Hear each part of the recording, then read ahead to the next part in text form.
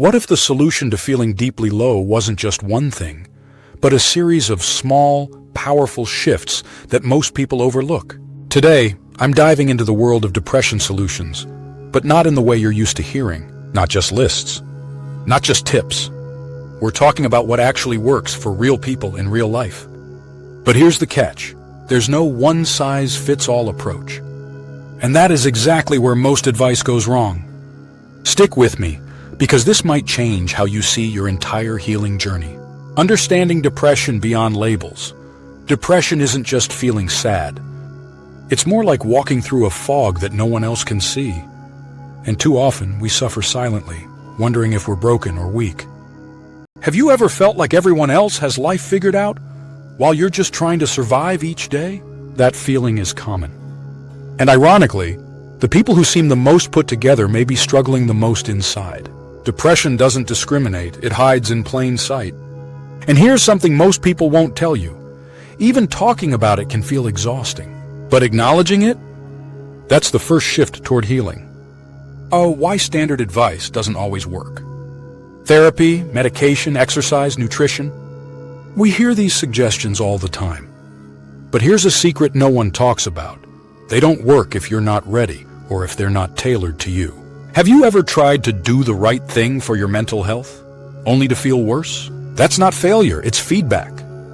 It's your mind telling you something deeper needs attention. Healing starts when we stop forcing ourselves to follow a checklist and start understanding our unique patterns. Opening the loop, what no one tells you.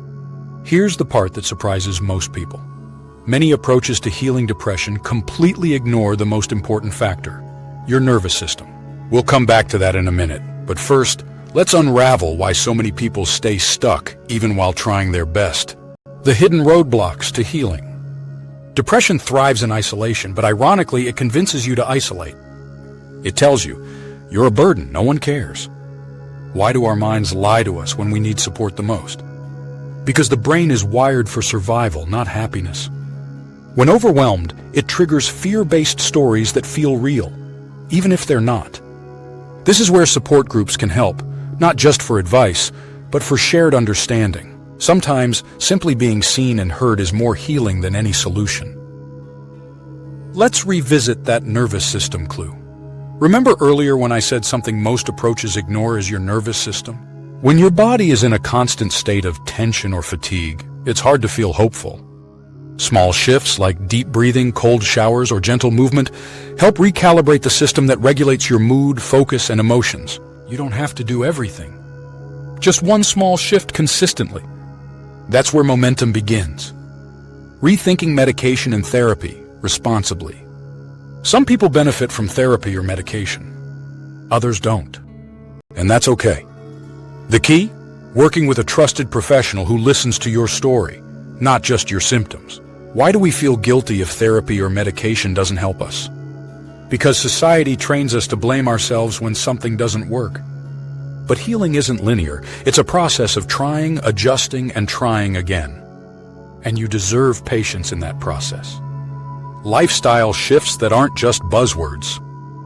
Let's talk food, movement, and sleep, not as fixes, but as foundation. Regular walks can reset your brain chemistry. Protein-rich breakfast can stabilize your mood. Logging off late at night can reduce cortisol spikes. None of these are magic cures, but they're bricks in the foundation of feeling better. The hopeful close and a challenge for you. Depression makes us feel powerless. But even in our lowest moments, we can choose one small thing to do differently. That's the challenge I'm giving you today. What's one small shift you can try, just for the next 24 hours? It might be reaching out to someone. It might be making your bed. It might be watching this video again when you need a reminder. And if this message landed for you, drop a comment. What helped me today was, you never know who might need to hear your words.